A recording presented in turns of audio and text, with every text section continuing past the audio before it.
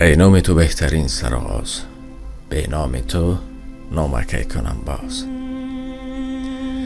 سلام و درود تماشابینان عزیز، دلوور هستم سفروف. باز چند نامه که آمد خواستم برای شما قرائت کنم که همه‌اش اکثر عائلوی بود. معمای عائلوی، قصد، قصاص، جزا و غیره. بعد از اولش یک جوان قریب 100 بار به ما زنگ زد. قریب 100 بار. نامش از قرغان بود. بسیار خواهش کرد که من خودم عین حال در فدراسیون روسیه هستم، اما همین نامه را خوانید که همین سبب شد من مادرم را از دست دادم. همسرم بر من خیانت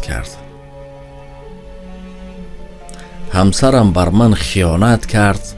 اما با پاچای خودم مادرم آنها را به دست کرد.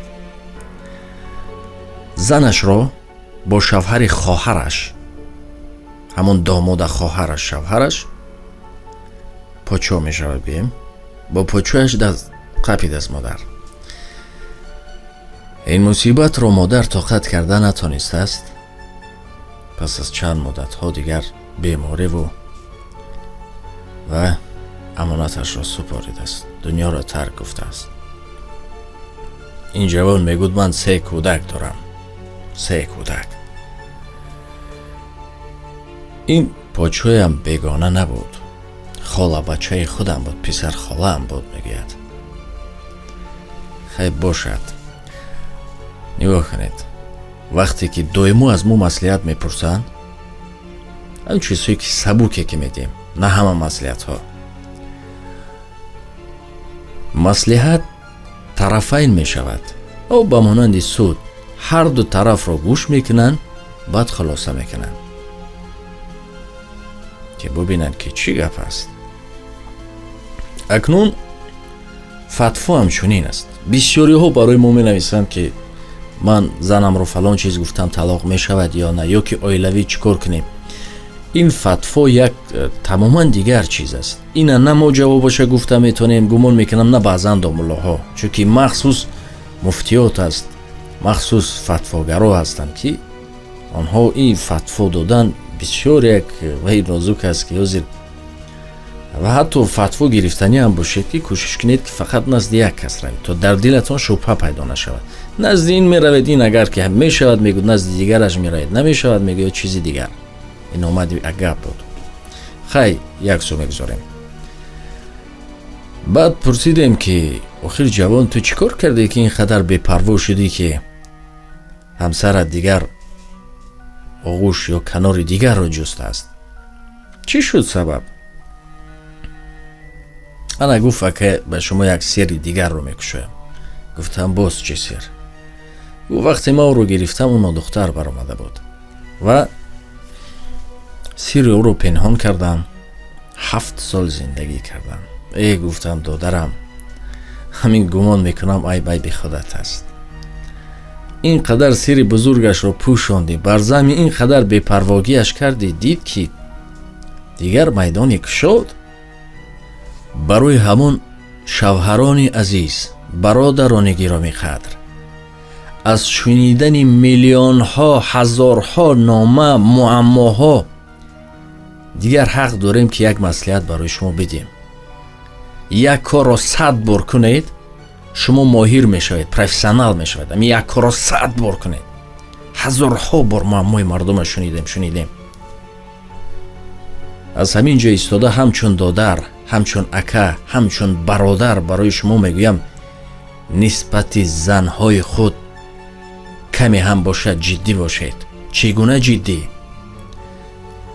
باور کنید، التماس پیش این راه را گرفته میتوانیم. 100ها زنی شوهردار را میدانیم با تلفن و با دیگر چیزها با دیگران گپ میزنند. 100ها، هزارهاش هم میدانیم. بس سبب جدا شویاشون از همین هست. چند هفته پیش هم یک جوان زنگ زده بود، گفت همسرم رو با ایما قپیدم اکنون چیکار کنم، این و آن. گفتم باز همین عیب خودت نباشد. پس گفت چگونه؟ گفتم فقط راستش را گفت. باره همین همسرت را جان یا عسل یا یگون چیزی گفتی؟ گفت نه. آخر همسر گل نوازیش میکند، پرورش میکند. همسر باید نوازیش کرد. شاید نفر پیدا شد گوید چگونه؟ چگونه ای که عروس میگوین، عروساتونه یا میبازن سفریمین دیوشکاواتونه اخراجت میکنید تا شب نگوید که شبی خوش جانم، خوب نمیکنید، یا که صبح بخیر جانکم، یا که هر چیزی که هست همون چیز با همسرها نمیکنید. اون نیاز دارد، او به نوازیش زن نیاز دارد. ولی یک از در وی برست در ایما است، میبرد یک بار اصلش میگید به همون چیز دیگر مطابق میشود. باز میگم دوستان عزیز، از سببی که هزارها معما رو شنیدیم میتوانیم که برای شما مصلحت بدیم که نسبت همسران خود بی‌پروا نباشید، کمی هم جدی باشید در هر صورت. پیشش بیچاره رسیه میروند 2 سال 3 سال نمیبیند. آخه زن هم نفس دارد. نمیگیم که عیب تلفن است، نمیگیم که عیب چی است. فهمید؟ برمیگردیم به نامه دوم. نامه اومد وقتی که در ماشین بودم. روز دیگه با آبی دیده میخواندم نامه را. بسیار علم آور بود. این نامه از رشت. گفت یک زن شوهرش در روسیه صاحب 3 کودک از بانک پول میگیرد. هر ماه باید پول رو بدهی، اما روزی میشود که پول ندارد. وقتی که بانک رو پول ندادید، بعد همون نفری که با شما وابسته است، کردیتنی اکسپرت میگن، اما متخصص، بعد به خانه شما میبیاید. بعد پس از کار میوید نزد این کس، بعد در همون پادیز دعوت میکنند، صحبت میکنن. همسایه ها ببینن چی کار میکنن. این بدبختترین کار. همسایه ها زنگ میزنند به خوشتامنش، میگویند که میگوید کلینت با یک بانکیر صحبت دارد، چخچخ دارن. نگاه کنید. این خوشتامن زود به پسرش زنگ میزند، میگوید که بچه‌ام همسایه ها زنگ زدن که همسرت به کدام مرد بیگانه در پدیس ساده کرده فهمانیم چخچخ دارد. او از اونجا نگاه کنید، هم خیلی پشکه میشود میبید. او از اونجا سر جل و غضب همین زنگ میزند و میگوید که با همون من طلاقت را دادم. هرچند کوشش میکنه فهمانه، میگه من طلاقت را دادم، دو شو از خانه من. از روی گفتا بیرونش میکنند با 3 کودک، میرود خانه.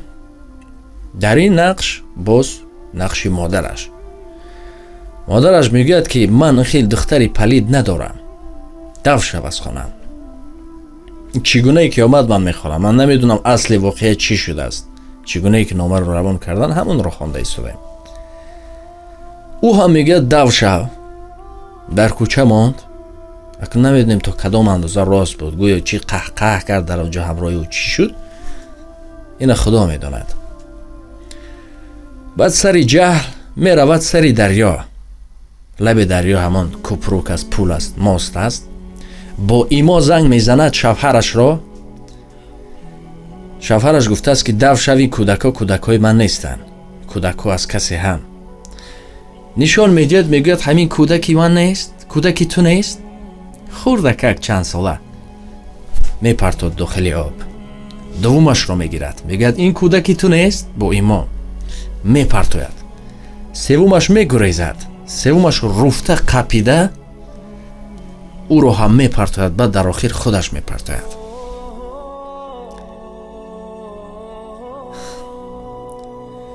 وقتی همین لحظهش آمد، خدا شاهید است تمام وجودم را لرزه گرفت. سلافش میدونید چگونه بود؟ بی‌رحم‌ترین مادری تاجیک، بی‌رحم‌ترین مادری تاجیک. تا دیروز وی را میگفتیم یک کودک را آویخته بود، نامه یکی از پنجکент آمده بود. انا بی‌رحمی. این از سبب دور شدن ما به نهایت. وقتی که انسان رو غضب فرا میگیرد، در حال شیطان همراه می شود. همین غضب خودش برادر شیطان است. ببینید در اون حالت هر کار میکنید، بعداً پشیمان می شوید، چون به خود می بیاید، چون شما رو ترک میکند. بسیار علم‌آور بود، دردناک بود که کودکان خود، فرشته کودک از چند ساله کلانیش نمیدن. تا رسمش هست، نمیخواهم گذارم تو که دلتان وای نشود. رسمش همش هست، میپرتوید به آب. انا دیروز نامه دیگر اومد. یک مادر دیگر 4 فرزندش را به قتل رسانید با حالت بوغی، او که سلفند میکشد در سرشان، دستشان را میبندد، در سرشان سلفند میکشد.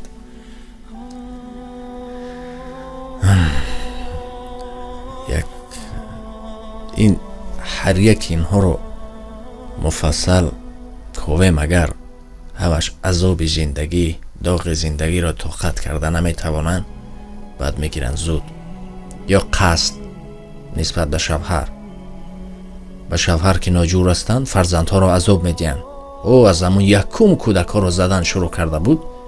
ببینید تا همین روز چندین نوارهایی که بود همش قصد بود، تا که بین من فرزندی تو را عذاب میدین، تو برای من پول یا تو برای من باید یگان چیزی بکن.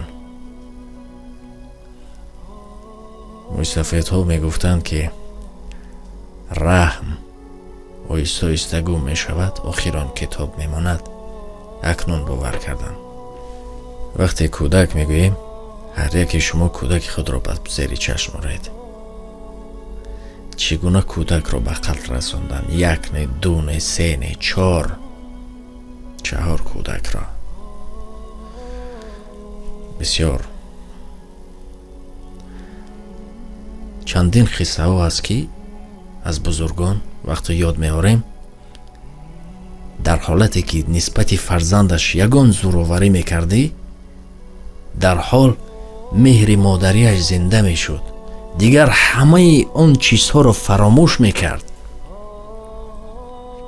زود مادر میشد. بعضا مادر حتی راضی است که خودش بمیرد، فرزندش تولد شد در بدن حالتون میگن که یا فرزند یا خودتان. بعضا مادر رو دیدیم که راضی هستند در همین صورت هم. پس این به مهران، من نمیدونم روز دیگه چی عذاب اینها رو انتظار است، اما پناه میطلبم از خدا که از چنین این کشتار داخل می شود. گرچند که خودش را هم بکشت، ناگفتنی است. نداری طاقت یک زخم سوزن، نمی ترسی چرا از سوز گلخن. در همین زندگی طاقت یک سوزن را نداریم، طاقت یک معماهای کوچک را نداریم. وای بر حالی آن عذاب‌های اونجا. از این سبب مادران عزیز، بیدار شوید، عقلتان را در جایش گذارید. دیگر اعلان نکنیم که در تاجیکستان از 1-2 بار دیگر همین گونه کشتار شود. تمام میتوانند تاجیکستان را همچون یک بی‌رحم‌ترین مادران اعلان نمایند. بی‌رحم‌ترین مادران. همین واقعه ها اگر که در دیگر جایها نشر شود، میدونید چقدر بین مردم ها سنساسیون میگوین. این شوخی نیست، این کاری هست که وجود انسان را به لرزه می‌درآورد. مادران عزیز، به رحم باشید. زیرا شما نمیدونید چی کار کرده ایستادید. اگر دانید. خدا نگهبانتان تا برنامه های دیگر. در بدن حالت چون دایما میگفتیم که به ناخون فرزند که هزارو اینها فرزند کشته میگردن. شما را عذابی سخت انتظار است. بترسید. به خاطر قصاص گرفتن و به خاطر علم زندگی و معمایی که شما دارید هزارها مردم دارد اما طاقت میکند. هر یک معماهایی هست که معمای شما در نزد اینا هیچ چیز است. از شوهرت جدا شدی باکی ندارد، با پور شوهر. گرسنه ماندی پر گرسنه، از گرسنگی تا حال کسی نمرده است. کوچه ماندی پر نفرانی که در کوچه هستند. و فراموش نکن پروردگار انجینیر ما از خوب میداند.